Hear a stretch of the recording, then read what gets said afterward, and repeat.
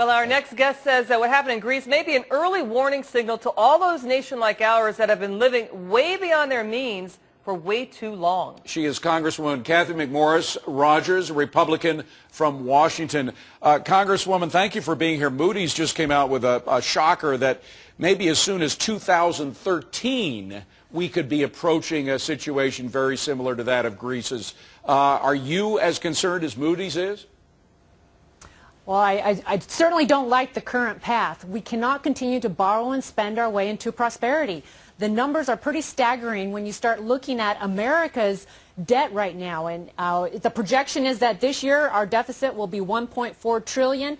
And for the next 10 years is a minimum of $1 trillion deficit. And we could very likely face a similar situation as Greece, where our debt to GDP ratio is 100%, they're at 113%, and what that means is that it would be like your paycheck not covering your credit card bill on a monthly basis, and you just don't have enough money coming in to even cover the credit card debt. That's where America is headed right now if we don't change courses. You know, Congresswoman, the Federal Reserve has acted again to help with the bailout of Europe, and essentially the bond markets usually have exerted fiscal discipline in the past. Isn't it true that it's hard for the central banks to exert any fiscal discipline when they may be part of the problem?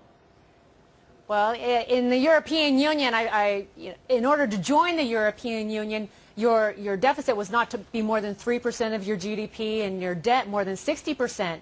Greece has never met those thresholds, and there was really a lack of enforcement, a lack of earlier on taking steps to get their financial house in order and force them to take some steps to scale back, maybe some spending caps or some entitlement reform or pro-growth policies that would get their economy going before we found ourselves in this situation where they're facing, they have to ask for these massive bailouts. Now, Greece, of course, cannot devalue their currency. That's what this is all about because they have the euro. We can. We can debase our currency in order to try to print more money to pay our debts. Of course, that would devalue the money that all of us have. Do you think that's what's going to happen? Or will we find religion and get fiscal discipline? I'm very concerned about the possibility of devaluing our currency or us not being able to go out and get the loans that we need. Right now we're borrowing 43 cents on every dollar.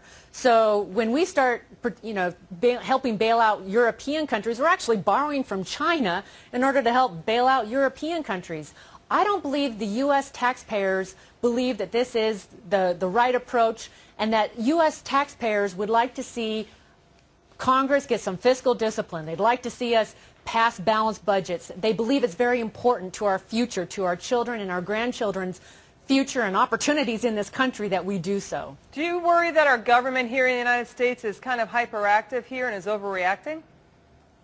Oh, I'm absolutely concerned that our government is spending too much money. It just seems that the answer to every problem right now is to spend more money. We spent $1 trillion on the stimulus. We just passed a health care bill that is estimated to be over $1 trillion. And there's other proposals on the table that are going to continue to add to our deficits rather than really be taking steps in America to get our economy growing again. That's what needs to happen. We have 15 million Americans out of work. The best thing that we could do is enact some pro-growth policies that would get our economy growing, get people back to work, and then that would help our government fiscal situation also. Congressman, we have to run, but I got to ask you about what happened in Utah over the weekend. Senator Bob Bennett, Republican, stalwart conservative, lost his bid in the primary, even though he's the incumbent.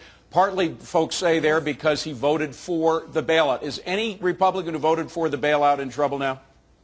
Yeah, I believe so. I believe that America is very concerned about the current path, the spending, and they want leaders that are going to get our fiscal house in order. And the result is it's anti-incumbent. It's a frustration with the current direction that is playing out in a really anti-incumbent. Let's get some new people in Washington, D.C.